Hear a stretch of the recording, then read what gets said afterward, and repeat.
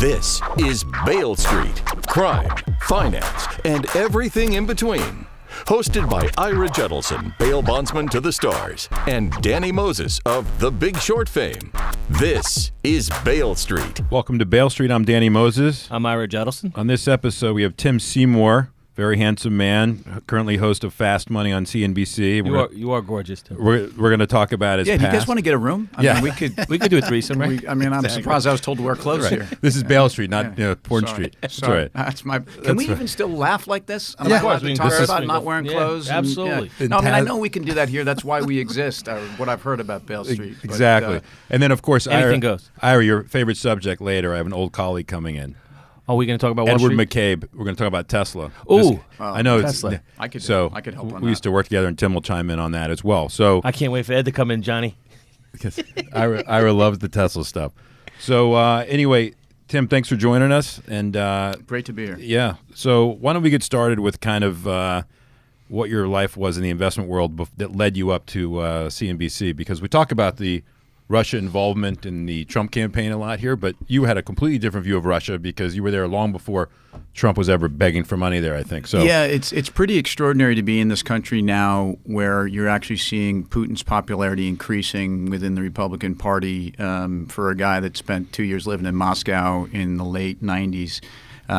When we couldn't get arrested trying to talk about Russia unless we were talking about embezzling Bank of New York, Harvard Institute money, which all got funneled through the Bank of New York. And it's actually a decent segue into how I ended up being on TV, and then we'll backtrack into it. But my CNBC life was formed out of being one of the few guys that was able to get in there and talk about emerging markets at a time when, frankly, in the early days of 2001 and 2, when I was just doing a little bit of TV for any of the financial networks because I had some expertise in that part of the world. And oil was at $13 a barrel, $15 a barrel. We hadn't gotten into this commodity super cycle conversation, and I was running the U.S. arm of a Russian investment bank, and we'd set up a broker dealer here in 2001. And again, this was not far after what people knew about Russia outside of the financial crisis of 1998, and we'll talk more about that too. But just that the Russians were the ones that had funneled all this money illegally through the Bank of New York. And so I called up a PR agency and I said, put me on TV and I'll talk about something hopefully as relevant to the rest of the world, which is at that time was maybe in oil. There was an OPEC meeting coming up. And as a guy that was very fluent in Russian capital markets at the time, we clearly had a view on the oil market, and we clearly had a view on commodities, and so that was my parlay into financial TV, which was that I was hopefully a round-eyed guy who was the guy next door who happened to know a lot about Eastern Europe and wasn't KGB. And I think that and having a little personality and apparently at the start of this podcast, someone made a reference to my physical appearance. Maybe they liked how I looked. I have no idea, but the rest is truly history. And it before getting into life in Russia and my view of the world today, it was pretty cool because then I started being a voice for emerging markets in 2003, 4, Jim O'Neill suddenly coins the BRICS term, and everybody wants to know about this consumption demographic story. And frankly, we were in the middle of it. So I was getting called into almost every financial media source that wanted a view on commodities and wanted a view on emerging markets. And when CNBC I was doing a lot of stuff with, and when they put together a show called Fast Money in 2006, they asked me to come in and read, and we'd like you to, based upon the conversations you've had on air, we think you'd be great for this show. And outside of growing up in a big family and not being afraid to fight in my corner, I really wondered why the rest of the world wanted me to talk about Microsoft and Apple. If they wanted to hear about Roman Abramovich or what was going on in rates or macro or the dollar, that was stuff I felt like I knew a lot about. But long story short, Fast Money has been a franchise that's been on for 12 years now. It's been a lot of fun, and frankly, we were showing up every night during the financial crisis talking about stuff that, like all of you, we were in disbelief what was unfolding around us. So it's been great. CNBC has been a great place to be, meeting a lot of very smart people. Our format is interesting. What we're most criticized for is probably the strength of the show. I mean, it's a mile wide and a quarter inch deep. So we cover a lot of ground, and it's a fast-paced environment, and off we go. Fast money. Fast money. Ira, you bailed out some Russians over the last 20 years, wouldn't you say? Yeah, I deal with a little people from Brighton Beach. You might know some of the guys. When we say bailout, how are we defining bailout? Well, we're not talking about your bailout. Yeah, it isn't financial bailout. No, there is a financial bailout. It's just getting them out of jail and getting them back to Brighton Beach and letting them see what they could, get into next, whether it be organized crime or prostitution or whatever they want to do. Well, a lot of these guys were probably people building businesses out in 2008, and the quick on that is look. I came out of business school in '95. I went through the training program at UBS in capital markets, and I was a fixed income guy. And somewhere in, and I started doing emerging markets corporates. We had a pretty big franchise at UBS, and a mentor of mine who, in a kind of a typical cycle at UBS back then, they were paying people $4 or $5 million a year. Just to fire them. And this was a very talented big bond trader from the 80s, and he was a mentor to me, and he got blown out and ended up traveling the world and ended up in Moscow and doing consulting for a group called Troika Dialogue, who was the second founded brokerage firm after the fall of the Soviet Union. And sometime in the middle of early 1998, after UBS and Swiss Bank had merged and in a classic, sloppy Wall Street M&A transaction in the financial sector, where really there was a lot of overlap, and where one plus one equals a half, not three at best. Right. And it also meant me, instead of showing up at 299 Park Avenue at 5:30 in the morning, I was going to have to show up in Stamford, Connecticut at 5:30 in the morning. For a guy that lived on the Upper West Side of Manhattan, I didn't like that trade. So I decided to go out to Moscow in the spring of 1998 just to kick the tires with this firm that had sent an overture that they'd be interested in me coming out there and working for them. Got on a plane in June of 1998 and came back with a job offer, which was interesting. Is that all you came back with? No, I mean, seriously. Look, you weren't married at the time yet. This is a family show, right? Sure. I I went to Moscow and came back with herpes, but it's different. No, I know. And I'm glad we're on different mics. That was Ira, by the way, just to be clear, honey. Okay. Yeah. Look, as I like to say, there was a lot of guys in Moscow in 1998 that weren't there for capital markets. I mean, they were guys that can I make a reference to the guys that weren't getting laid in the U.S. that were that was why they were out there. I mean, they had extended their frat lifestyle, but. So I left in June of 1998 with a job offer, came back to New York, mulled over, and decided that someone was going to triple my salary, give me a much bigger business card than I deserved. It didn't matter that Russia was ripping at the seams in terms of what was going on out there. I just thought it was a fascinating place, and it really was from a capital markets dynamic. I mean, I was single, and although I at that time was dating my now wife, so we dealt with the reference problem that we just alluded to. There are some distractions in Moscow. So what I did when I moved to Moscow in August of 1998 is I brought ice to the Eskimos. I brought my beautiful then girlfriend, now wife, who was studying at Emory University in her first year of law school. Right. And somehow talked her dad into letting her get an internship out there with a U.S. law firm, which I'd lined up. I paved the road all the way to get the yes. And but anyway, it's funny. So the biggest crisis of our lifetimes, certainly people will point to the global financial crisis, but the long-term capital debacle that took place, the irony here is not lost that Clinton was under impeachment, or for the Monica Lewinsky, yet the markets were blowing up. But the reason the markets were blowing up is because the ruble and the Thai baht. So Can you talk about Yeah. just being in the center of that, because that's really interesting? Yeah, and but by the time I got to Moscow and did some guy get my stuff through customs, Russia had defaulted on $40 billion of local GKO debt, had sacked their government, and had devalued their currency by 300%. And this was, essentially, you could argue that this was the last domino or just another domino to fall after the Thai baht 1 year earlier failed and began a domino that went through the Asian crisis and really culminated in the Russian crisis, which somehow took down some of the smartest guys in the world at long-term capital who were offsides and despite the fact that they knew a lot about tail events, missed the fact that this could have been a tail event. By the way, investing money in emerging market economies where the IMF and the Western institutions that decided they were going to control these new economies stipulated that they run a very tight currency band and basically led these countries into bankruptcy because they forced them to adhere to a Western interpretation of where their currency was supposed to float. And so I got out there and basically a bomb had gone off. Now, for me professionally, it was a good time because actually everybody was leaving. Half of my former clients from UBS, which were hedge fund guys and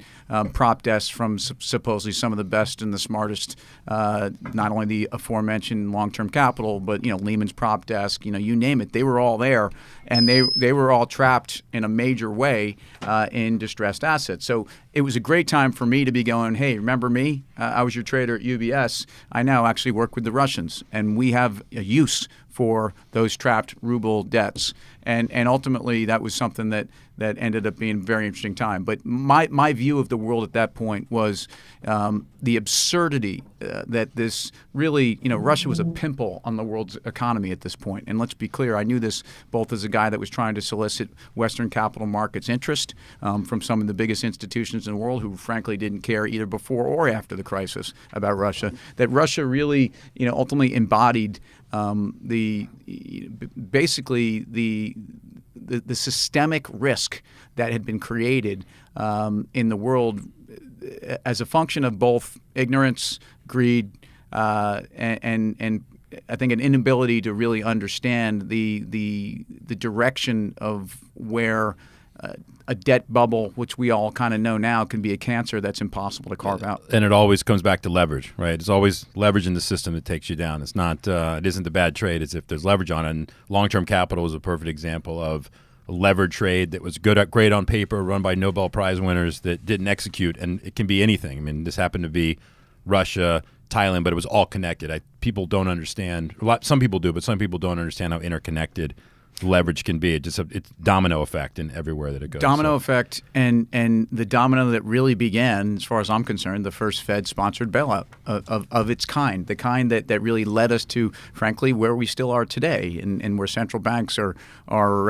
trying to save us from ourselves, when in fact they are probably the big bad, bully, whatever you want to call them. But look, 98 was a bailout with the New York Fed of an unprecedented size and style, bailing out some of the richest, supposedly most reputed people on Wall Street, and at the expense of the system. And the system was the one that got screwed. And it paved the road for a series of missteps by central banks that led us to the financial crisis. But again, the financial crisis was the seeds were planted not in a housing bubble that might have started in 2005 or 6. Look, I'm of the view that the unfortunate events, the horrific events around 9/11, of which as a New Yorker I will never forget, and that today was to me the day that the music died, because the series of missteps that followed with the central banks, in my view, was that we were already in a place where we were teetering in recession or coming out of recession, and Bin Laden strikes, and we were not going to fall, and we were going to do whatever we had to do to put our foot on the gas pedal. And 9/11 to me is really what created. I think, and I hate to look. I don't want to acknowledge this and give those folks that were behind this some sense of achievement. But really, look, this puts central banks and the U.S. Fed in a position where they felt at any cost we now have a license to do whatever it takes for the system. And we've seen that so many times now. And it's easy to say in 2008 the Fed had to do what they had to do. And maybe that's right, by the way. We can get into that. But leading up to that point, and this started in a conversation about Russia, long-term capital set a horrific precedent for central banks and markets. Yeah, no, it did. And everyone was, quote, caught off guard and all that jazz. So Ed has joined us. Ed, thanks for being here. Thanks for having me. I'm talking to that mic. Yeah. I know you're not used to sitting home in a small office with talking about Tesla a lot. So, you learn to live with yourself a lot. But that's microphone there talking to that thing. So Ed and I worked together at Oppenheimer in the late 90s. So during the tech bud, we worked with Henry Blodgett. So we had a taste of kind of internet bubble. We've talked about Henry on the show before. Great guy, but he went on to Merrill where you left and went on. But prior to you leaving there, you and I would always talk about the markets and being short and how ridiculous tech was. And fast forward that right now, and Tim will obviously go back to cannabis where we want to go eventually here. But Tesla is a microcosm, or a leftover branch, I should say, from all the things that are wrong in the system. And there's no one that I think knows more of the story than you do.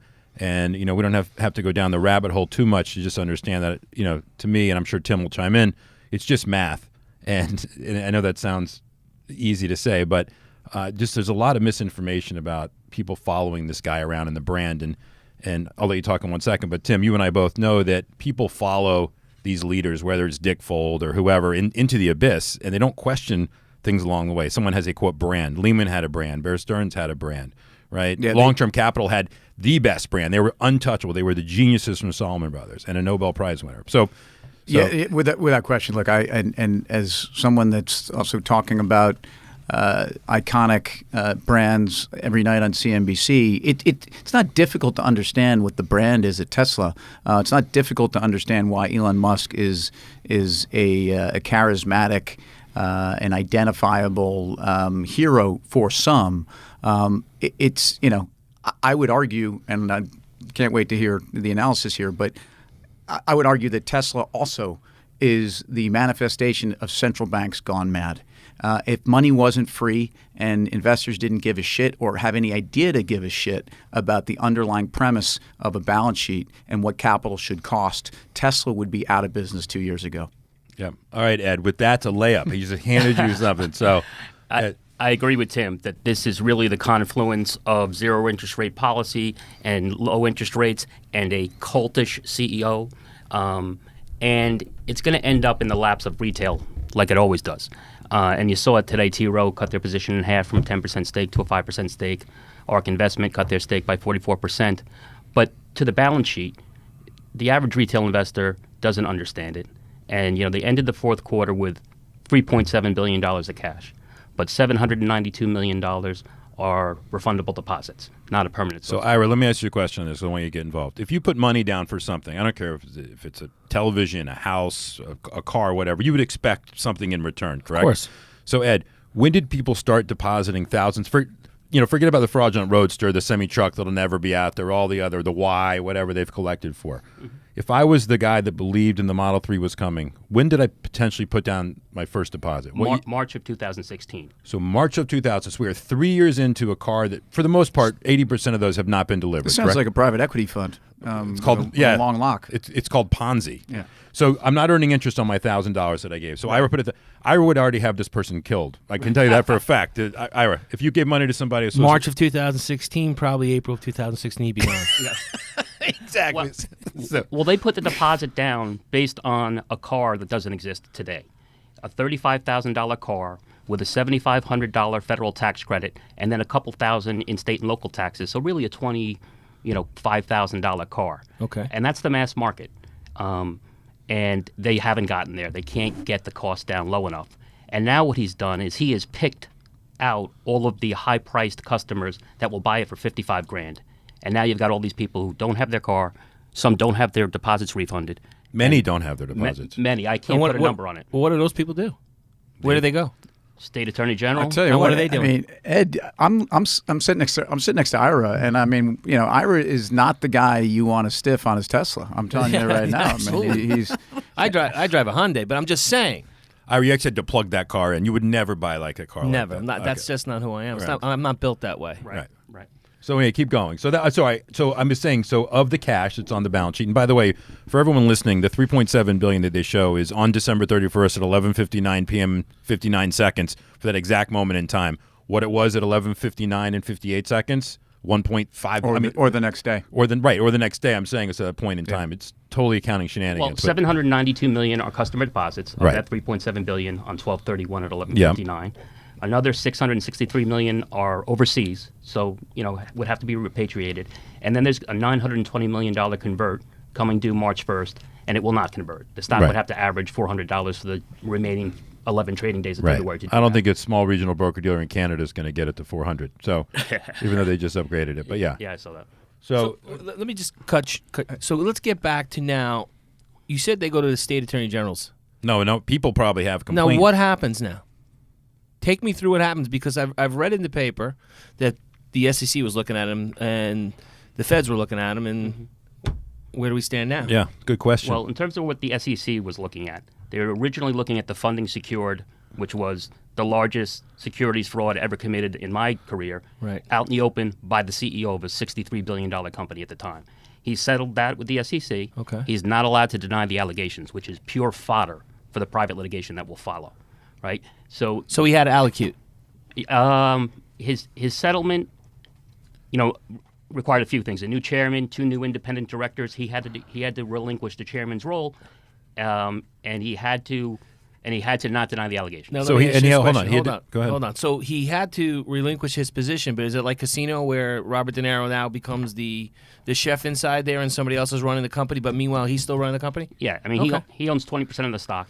Okay. He owns the board. His brother's on the board. Is Kimball still wearing that hat? He always. Love always. that cowboy Oh, hat. man. I mean, it's a good National look, right? Plant Your Seed Day. I've Yeah. thought about that. That or one of those You remember Kangol that? If I, had hats. hair, Some Bellini. if I had hair like yours, there's not a chance I'd cover it with anything. That's a I'm good just saying point. In right fact, now. I'm kind of bummed out that you put some headphones on me now. It's kind of screwing up my hair for No, tonight's we show. got- we got gel in the got back. something? We'll All right, gel you up before you we'll leave. reactivate. Yeah, don't worry. The Fast Money crew will get you all made up. All right. But to your question, people are getting refunds, and then there are a lot of people, whether you see it via Reddit or via the Tesla Motors Club, who are complaining about not getting their deposits in a timely manner, if at all. So This company is cash starved. right. And it's funny because we're talking about the balance sheet, and people were actually, if you look at their last quarter numbers, the free cash flow on some level was kind of interesting. How is it that a company that effectively is in a growth phase and is growing as fast as they are cut so free cash flow grew because CapEx fell by 60%? How do you explain that? And shouldn't that be alarming for people who, again, this company supposedly is going through now a growth cycle that is validating its proof of concept that there is the demand. And by the way, we're never supposed to have questioned demand. Right. We were supposed to have at least questioned, could they do it? Could they scale? That's right. But I'm shocked by seeing CapEx falling by 60% for a company like this that's in the process of doing what Right. upshifting. I mean, if you annualize fourth quarter CapEx, it was $1.3 billion. Maintenance CapEx for this company is 2 to 2.5. Right. They're going to come out with a Model Y. They're supposedly going to build a plant in China by the end of the year for $500 million. Volkswagen built the fastest plant ever in China in 2 years for billions of dollars, right? So, and then you look at SG&A, it's down year over year, and we know about all the service and service center issues, and we know R&D is flat for a growth tech company. Right. It's a broken growth story at best. So Ed, you had the greatest point. You and I were talking last week. If Tesla had just decided to be a Model S company and kind of a Ferrari, you could have seen the company potentially been successful. Don't mass produce a car, make a car that's only available limitedly, which it is limited since no one can get one because you can't get one. So it is a limited edition Model 3. But my point is that they could have done that. But this making the decision to mass produce a car, right, it's put them on the edge of bankruptcy. They probably are. They're already insolvent on paper. We know that. So just thoughts on what do you think made Musk go through with this decision other than having no clue? And when I say he has no clue, he's an idea guy, whatever. There's a shred of genius in there somewhere, sure. I get it, but his eccentric nature will end up being what's going to bury him here. Right. Simple nature. He doesn't understand capital markets. He doesn't understand stock. And that should scare people, especially when you're coming out with a tweet. When he had to pay the $20 million fine, Ira, so the Tesla had to pay $20 million. That's shareholders, by the way. And Musk was required to pay $20 million. After all that was done, Musk goes, I'm going to repay you by buying, I'm going to buy $20 million worth of Tesla stock, as if that was raising money for Tesla. He doesn't even understand the dynamics of the market. But anyway, people following this guy, he's a marketing genius. I'll give him that. He created his own brand. Well, No. it wasn't his. See, even you thought that it's his brand. He is named co-founder of this company because he got it in a legal settlement. It was co-founded by 2 other people that he forced out. He came in and did the financing. He forced them out in a Machiavellian power play, and then in some type of legal settlement that I haven't spent a lot of time on because it's not worth my time. Right. He got named co-founder. So, Ira, this guy's... It's like he won it in a poker game. Yeah, I want to go back to the numbers here, but this is all about this guy's self-preservation and continuing this kind of scheme. So the reason I got involved in the stock was the Solar City deal. And Tim will remember that, and I remember that. He bailed himself out because he had a margin call because Solar City stock had started to drop. So he used Tesla stock to buy Solar City. By the way, I mean, sorry to interrupt, but Yeah, no, you know, as somebody that again has to talk about this name often, I'm shocked people don't bring up Solar City all the time because let's be clear, Solar City should have gone out of business and bankrupt, and that's an immediate affront to the ethos of the Elon Musk brand, and it didn't because it was bailed out. So again, people act as if everything this guy's ever done has been infallible, and in fact, Solar City was a colossal screw up. That only existed by subsidies, just like Tesla pretty much has only existed with subsidies. Sorry, Ed, go we back touched to... on a lot of things. So, Sorry, yeah. As it regards Solar City, when the postmortem is written on this, that will be the seminal moment. There's no question. He bailed himself out. He bailed his cousins out. There's no synergies between the companies. The company should have been restructured. And he took on $2.6 billion of debt doing it. Yep. Right? So that'll be the seminal moment in the postmortem. You asked about the mass market, and I'll give you two things. What mass market auto manufacturing is about and why Musk went there. If you are an excellent mass market automobile manufacturer, over the course of an economic cycle, you will be lucky to earn your cost of capital, you'll be lucky to avoid bankruptcy, and you'll be lucky to be afforded a 10 times PE multiple. It's a horribly tough business. Cyclical. It's cyclical. It's precision manufacturing. GM trades at 5.9 times There you forward, go. and they're as well run as anybody. Right. There you go. So that was the fatal flaw. He could have done Model S and competed with Ferrari, which is a nice little stock, and done artisanal cars for fanboys and guys in midlife crisis and had a nice business, right? Right. But and why did he go to the mass market?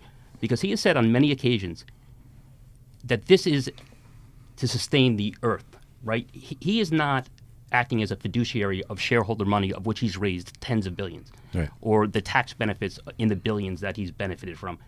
He even said, I think it was on 60 Minutes, like if they go bankrupt but drag the rest of the automobile industry into electrification to save the earth, that will be positive. Well, that's not positive for me if I'm sure. Not for a shareholder. Yeah, I mean, Right, this is not a non-for-profit. Actually, it's a non-profit. They're never going to make a profit. And then can we go back to the numbers real quick? Because I think it is important for people to understand. Let's just get rid of the $3.7 billion in cash. Okay, so we've already gone through $1.7 billion of that's not kind of real. We don't know what was out on the credit line of that cash. Sorry. Did they max out the ABL? We don't know anything yet. yet. Right, the K's not out yet, so that doesn't come out a few days. The deposits made up, but also they haven't paid their freaking suppliers. Well, they have $3.4 billion of payables and $2.1 billion of accrued liabilities, and they have been financed not only by their customers with $500 million of interest-free loans with deposits, but by their suppliers. And all it would take is a major supplier to go cash on delivery, and this ends. Would you consider Panasonic a supplier or a partner? They're a supplier to which Tesla has billions of dollars of purchase obligations based on volumes they're coming nowhere near achieving. Yeah. So when people like Tim, this is good. So when you see, NVIDIA, which we'll ask Tim about Bitcoin, what he thinks at some point, but Sure. when you Jump like in it, anytime, Tim. like it used to, so Apple would report earnings, and then all the companies that sell components into Apple would either go up or down based upon it, right? Sure. It's pretty logical in terms of what the semis and everything will do as it relates to big company. Panasonic last week gave us, this is post-Tesla quarter, gave us a great look into what's going on in their, quote, North America operations, which, correct me if I'm wrong, is mostly Tesla. Why did the market ignore it, other than there was a fluff piece out that day, I'm sure, on something on Tesla? But that's fundamental research that needs to be done bottom up, and it's just trades away from it completely. What is it going to take? Well, you know what it's going to take, if you take Musk's 20% out, which doesn't trade, you take out the short position, which they're pretty emboldened, that doesn't trade. That's probably another 20% of the float. You take out T. Rowe, which owned 10% up until today. You take out Bally Gifford and a few others. This market cap turns over every 14 days. It doesn't trade on fundamentals, okay? Yeah. So you got to realize that. So what breaks it? The opposite of a short squeeze. You get a long squeeze. You get the big institutional holders who finally can't go in front of an investment committee and support a stock where the CEO is admitted to fraud or a settled fraud case, where all prognostications have not been met, where the quick ratio is 0.46. But you have hold on, let me just back up. So this $920 million note is due on March 1st. That's right. You brought up another great point, not on the show yet, but you will now. If you're a senior bondholder right now, you're senior to everything. Obviously, you trump the convert. Mm-hmm. Why is the board, I'm going to answer my own question for you. I'm going to give you why is the board not saying, hey, guys, we need to be looking out for these senior secured holders here because we actually need to do a prepackaged here. Right. Well, when a company is in the zone of insolvency, which is a legal term, now how you define it is a little bit nebulous, and different lawyers would argue it differently. But directors have, when a company is not insolvent, really have a duty to the company and to its shareholders, and that's really it.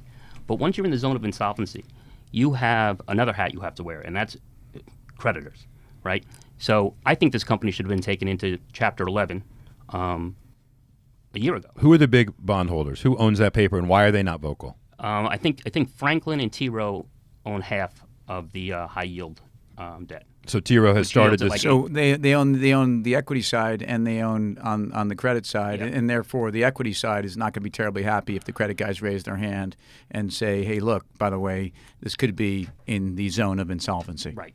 There's a chance that T. Rowe is out of their position. That's as of December 31st. They sold half. Yeah. We don't know where they are, but so they've sold. ARK has sold. Yeah, You know, Saudis have hedged out. Saudis have hedged out. I'm sure they didn't get the heads up on January 17th, but that's a whole nother. That'll never get investigated. But so the next steps could be here. Well, and then and maybe it's a good time for the CFO to leave. What do you think? Yeah, no, I think if I were him, right. Oh, and then this getting a little Maxwell, sloppy out there. then this Maxwell acquisition, of this other, battery. I knew Maxwell 10 years ago. It's been a science project for 10 years. It burns $10 million a quarter. I mean, I don't know what. I thought they made cassette tapes Right. in the 70s. Someone actually put that tweet out there. They had the guy in the chair with his head blowing out. Right. Remember Tech Hi-Fi? Anybody go to Tech Hi-Fi? Yeah, Down of in course. White Plains? Of course. Great time. I think everybody at this table has used cassette tapes. Yes, which I tells think us safe how to old say. we are. Love song. 8 tracks. 8 tracks. I still have an 8-track. Nice job, Ira. Reel to reel, I thought. Right. So what other things are we missing before we move on to cannabis, which actually is since Well, I thought we were Musk talking about likes Bitcoin. cannabis. Well, we will get to that. What I but- would say is the most valuable thing Tesla has to date is its brand. It is a remarkably strong brand. But because of the underinvestment in the business, because of the quality issues, the service issues, the delivery issues, the most valuable thing they have is being degraded daily. And it's okay when you want to sell the fanboys in Silicon Valley who will be very forgiving because they're early adopters by nature. But now you're going to try to sell this car in the mass market to the Midwest where practical people with limited budgets need cars to get to work. That's where the brand damage will start to really hurt demand. And when demand is hurt here, and it was only 6,500 Model 3s in January, down 74% versus December. The fixed costs in this business are enormous. They cannot afford to have demand wane. And they did sell everybody on the narrative that demand was unlimited. Just watch us do production. Well, now we're finding very quickly that's flipped, and demand is weak once you've exhausted 2.5 years of a waiting list in about 2 quarters. Right. Can I ask you a question, Ed? And I'm actually not going to name this person, but a guy much smarter than me, we were talking about this, and this is really his thought. So I'm going to just acknowledge that this thought of another man, not me. But Ed, is it possible that Tesla is one of the first bankruptcies that happened, not with the stock going to zero, but with the stock at $100? I've seen And it's shocking. The level of indifference and awareness that this effectively could still. This is not a stock going to zero. It's a stock going out of business. Yeah, I've always said this will have a $30 billion market cap the day before it files, and Yep. Right now you're shorting a cult, and he is a very strong leader of that cult, and these people believe that this is how you signal that you love the environment. I love the environment, but Sure. But that's what it's become. Like if you don't like Tesla, you're a middle-aged old man who doesn't care about the environment, which couldn't be further from the truth for most of us. But Yep. that's how strong the cult is. Well, we've also lived through frauds before, and the frustrating thing is to shake people and get them to see. But you brought up a great point, which I think is the nail in the coffin for the company, is that if someone like Ira was in the market for an electric vehicle, and he called me and he says, "Hey," and I didn't know even Tesla was a publicly traded stock, let's say, Right. even though I pretty much wake up thinking about it and go to sleep thinking about it. Well, they say I didn't. And I said, well, you'd have to consider the following. You know, you're going to spend 50 to 60 grand. I'll just use that price since that's what the Model 3 is versus, you know, Jaguar I-Pace, which is coming on the out. It would be more expensive. But bottom line is that, well, if you never want to have to get your car serviced, you never want to have to rely, then sure. But if it enters the mind, the consumer's mind, that the idea of getting it served, that's what's creeping into people's minds. Now, that to me is the death knell of the company. And that's right. And so that's the killer. And I don't know if we're going to wake up and the Department of Justice is going to say, all right, we're going after him. He's been arrested, or we can't find him. He's, you know, on Mars. He took one of his rockets, whatever. But maybe it's that. Maybe it's that. I mean, the thing with that, you saw the SEC, they were completely feckless in the way they handle it, right? Yeah. And now I just don't know if there's political will, you know, in Trump's world of deregulation, 40,000 American manufacturing jobs. Do you want to be the person who puts the bullet in it? Or will they do what's typical, let it fail on its own, and then come there to put out what's left of the smoldering fire? Right. Well, speaking of smoldering fire, but before is there any other points you want to make on this thing? We can always come back to it. But yeah, I mean, just, you know, nothing. You know, okay. Again, the degrading of the brand, yeah, and the resultant fall off in demand will kill it. So the 10K last thing for people that actually look through, and I would beg everyone, and I'm sure Tim would agree. Anytime you invest in a company, I don't care if it says those Ks and Qs are available. So Qs come out quarterly, Ks come out annually. They tell you a lot about a company. Spend time reading them. What am I going to read in this that the next day I wake up on Twitter and people are going to be saying, can you believe what's in the K? Why don't the longs care? I mean, it's tough to say. And PricewaterhouseCoopers better watch their Ps and Qs with this one, because it's going to be one of the most scrutinized 10Ks that ever came out in history. Right. When does it due? Well, they typically, they're accelerated filer, so it's 60 days after year end. Okay. They've typically filed it anywhere between the last week of February and the first week of March. He pulled forward his earnings date. He had never done the earnings. I know why he did that. Well, because the deliveries were going to be 6,500, down 74% on February 2nd. Correct. So he didn't want to have to talk about that. He also didn't want to have to talk about his CFO leaving. He put that at the end of the call. That would be in a press release. Rest assured, it's going to be March 1st, Friday night. We'll call those Friday night dirties. If it's not delayed. Right, if it's not delayed. So, or that delay would come out. So, smoldering fire can light a lot of things. So, let's switch back, and we can always come back to let me just add one more thing. Please. What befuddles me is why a guy who has been a ready issuer of stock now wants to live this Spartan life and live on the edge, and why he does not raise equity capital. Now, there's a lot of speculation that he cannot. And concurrent with his settlement with the SEC, Tesla filed for a Reg D waiver, which you could imply means they aren't a well-known seasoned issuer anymore, and their shelf is ineffective. And basically, a Reg D waiver would allow them to do a pipe. Now, that's a whole different world. This would be the largest pipe in the history of the world, and it would kill the stock. I don't know that that's the case. That's what I've read as an implication. But the two things that would, I think against this is demand and the inability to raise capital. Right. And let's just be clear. If they are able to raise capital of some kind, it's a near term. It'll be a pop in the stock. It'll be near term. But unless they raise, $10 billion. It needs tens of billions of dollars to do China, to do Model Y, to do pickups, to do semis. I mean, to really bring the service infrastructure up to snuff. I mean, superchargers aren't keeping pace with deliveries. I mean, It's a lot of problems. The assumption out there is that this company can come to market anytime they want and raise capital. That I can tell you from speaking to enough investors, which, Ed, sounds like you think is a complete is a challenge. Well, they would have done it. I think they would have done it. I mean, why would you put the company close to existential risk if you could just solve all your problems by raising equity capital, and you've readily done it in the past, and your stock has been rewarded every time you did it? Yeah, good question. I don't know that. I'm not saying with certainty I know he can't, but it is odd to me that he has not. So let's switch to a sector that brands are starting to matter, don't matter yet. It's really quality, which Tesla knows nothing about either. But so Tim and I kind of got to know each other in the world of cannabis, attended a couple of conferences together.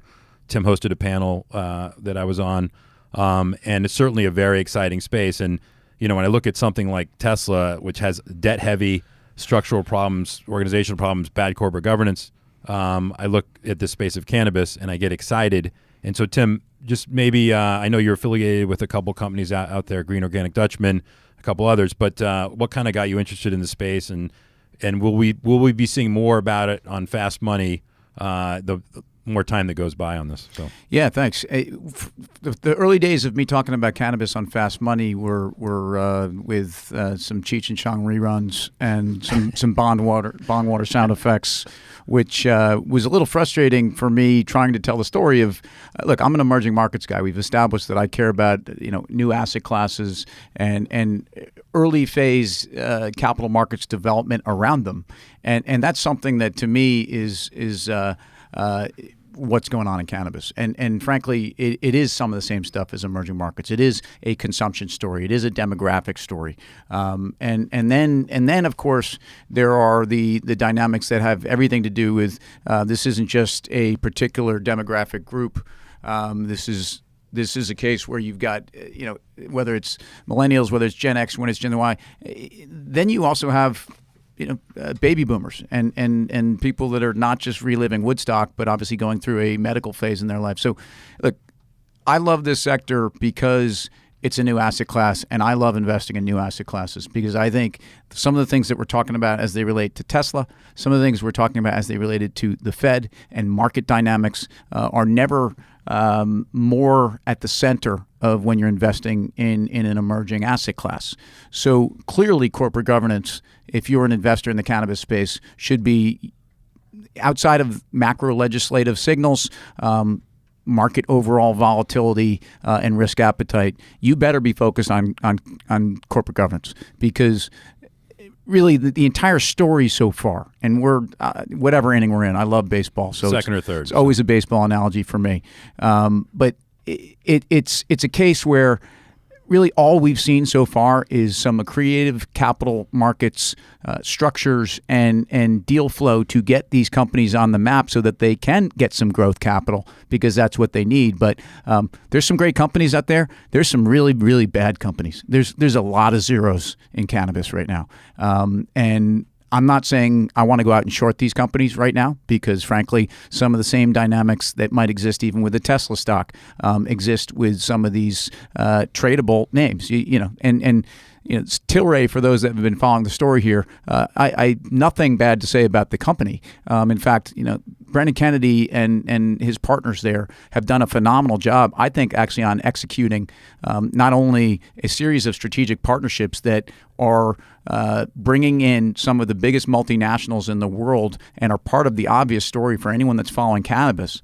But they've done it in a way while getting the first NASDAQ listing and an IPO. These are things that don't happen to anybody. And so, but what it's created is a valuation for a company that's very difficult to explain under any circumstances. And then it brings in some of the best and the smartest, hedge funds in the world that say, well, I've seen this before. I'm going to short these guys with no free float and lockups that, frankly, the private equity guys that control it actually can do whatever they want. They don't have to, they can hold their stock more. So one of the things I think that people don't understand about the space is, and I'm the first one to recognize, like a fad or something that I think is crowded, something your taxi driver or shoe shine, they always say, whoever mentions it to you, your mother-in-law, the trade is over. This is not held by institutions yet. So retail money came first. And rarely do you see a trend when retail money comes first. Now, Bitcoin it did to a degree, but then you got real institutions that came behind it with blockchain technology and some of these ICOs, which that's a whole different show. But this is really interesting because people have chosen to ignore it. Some of the institutions, because they legally can say, my firm won't clear it, I can't trade any of these names. But the most incredible thing to me is the amount of market capitalization globally that has been built around a product that's not legal, at least in the U.S. yet. It is now in Canada, which is why you have the scarcity value and why we're in the hundreds of billions of dollars. And even if you believe the Canadian names were 80% overvalued, you're in the 60, 70, 80 billion range with the top kind of 25 global companies roughly. I mean, these U.S. companies have been able to raise capital on the CSE up in Canada without being able to list. So Tim, you guest appear every night on Fast Money for CNBC, but you also, that happens to be in the studio for NASDAQ. So NASDAQ has decided to list several of these Canadian companies, but legally they can't, they could, but they don't. What do you think, do you think we'll see a U.S. listing, or do you think we need the States Act or the SAFE Act to pass in order to get that? Yeah, it's interesting because I think what the exchanges are, they have, it's easy for them to fall behind some of the regs as it relates to the federal prohibition. And I think, not surprisingly, are playing it as safe as a lot of the investment banks are. So I do think that the States Act, and for people that don't know what that is, effectively this is going to be a series of legislative, it's going to have a bunch of components to it that should allow just that, the states to get on with it. And by the way, this is why cannabis is such a fascinating political issue too, because you can make an argument that some of the most conservative or libertarian strident folks in the world say that's right. If the state has agreed to legalize, leave them alone. And this is essentially the ethos of what we believe as citizens. So the states, and clearly, at a time when we see budgets getting holes blown through them, the states have a very rational economic reason for wanting to legalize. And then all of these dynamics that I think are related to that, job flow, et cetera. And then obviously in terms of the social good. We can talk a lot about that. But I think back to the exchanges, I think the States Act should give a framework for allowing companies that are operating legally in legal states to be able to be banked. It will also probably do some things that should address the tax implications for retailers that are involved in the space, who right now basically are by definition going to be unprofitable based upon the owner's tax burden that they have to spend. So I don't think the exchanges are bad guys here. I think they're following. All I would ever ask as an investor and someone that's involved in the sector, in the same way that I kind of feel about this and showing up on TV every night. Be consistent. Have the same message, and don't treat some people differently than others. And I think right now it's wide open on interpretation. Ed, I got two good ideas for you. So the Fremont factory could be a huge greenhouse. The Reno facility could be a massive one, and then Buffalo is going to be looking for an economic. Just so to Tim's point, I actually think, and Tim, I'd love to get your thoughts on this. And Ira, when people are taking this drug, like there's been a stigma associated with it, obviously, for many years. We've talked about it on the show, but I think wellness category is the one. Forget about Constellation investing and making cannabis infused beverages. Forget about Altria, which is Philip Morris, taking a stake in Kronos to protect what they're seeing going on, obviously, in space. Wellness is most at risk. And so you take Tylenol for something, you take Advil, someone takes Ambien to go to sleep. All of these things potentially are going to be, and that to me is the kind of the next big driver. And so, I would think about, I'm not saying you take medication for various things, but you've been battered around, you played football, basketball, you got some ailments, but imagine being able to take something that's completely non-psychoactive and alleviates all your issues with no side effects. It's a no-brainer. It's a no-brainer. So, Tim, you're seeing that, obviously, pharma. So there's a lot of arguments that there's a lobby, lobbyists have been blocking a lot of things, and pharma, we all know, is the most powerful in the world. Opioids, are still on the market, obviously. You can still get those. So what are you sensing that things in Washington, forget about the States Act and the SAFE Act. You see people in the studio, you see people come through. Yes, we're in the third inning here, but are you seeing that's going to be the sector that you think kind of gets this thing to the next level? Look, I think the recreational cannabis trade is one where there's some ability to gauge the size of the market based upon either the recreational drug, illicit, total alcohol, addressable market is what it is. And by the way, I don't think it's a zero-sum game when assessing one versus the other, which I think a lot of analysts do. But when it comes to wellness, lifestyle, but certainly wellness as it relates to OTC, sleep, and pain, the two things you've just addressed, that's 80% of the reasons people walk into CVS, right? When they're looking for an OTC something. I end up somehow finding about 90,000 other things to buy when I walk in there. But again, I'm a metrosexual, so there's skin creams, there's exfoliation, whatever you're using. Is there a Seymour aisle, by the way? I'm going to have my own line at some point, so stay tuned for that. Yeah. And so I think as it relates to that, I don't care who you're asking. You could pick up a lineup of 10 people, from your grandmother to your science teacher. They are probably using CBD in some way now, and this is at a time when most people still really haven't had access and haven't had the ability. I think there's, of course, going to be this absurdity in CBD panacea, which is already happening. Last week, when essentially New York City went after all of these coffee shops and falafel stands and you name it, you can get your hummus with some CBD in it. Guess what? I like regulation. I actually, I like, where I want my government.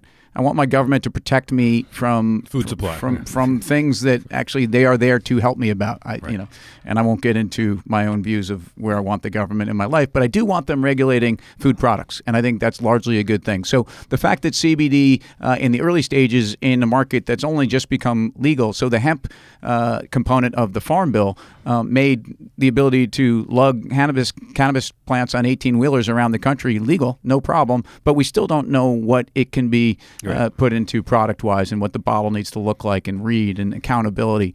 So, but the great news here is I don't think we know the size of that market. And the even better news is that some of the stories that I've heard, and this is not snake oil, and this is definitely stuff that I think is a lot more legitimate than some of the allegations that come out of Fremont, are that there are things that are being done in terms of treatment with various cannabinoids combined with THC and different permutations. By the way, science, which has been unable to get any development dollars in this country ever, in pediatric epilepsy and in Crohn's and you name it. Ulcerative colitis. Yeah. We're seeing it, and the good news here is that I have friends who have had really a life-changing development with a child based upon using CBD oil and development of the brain.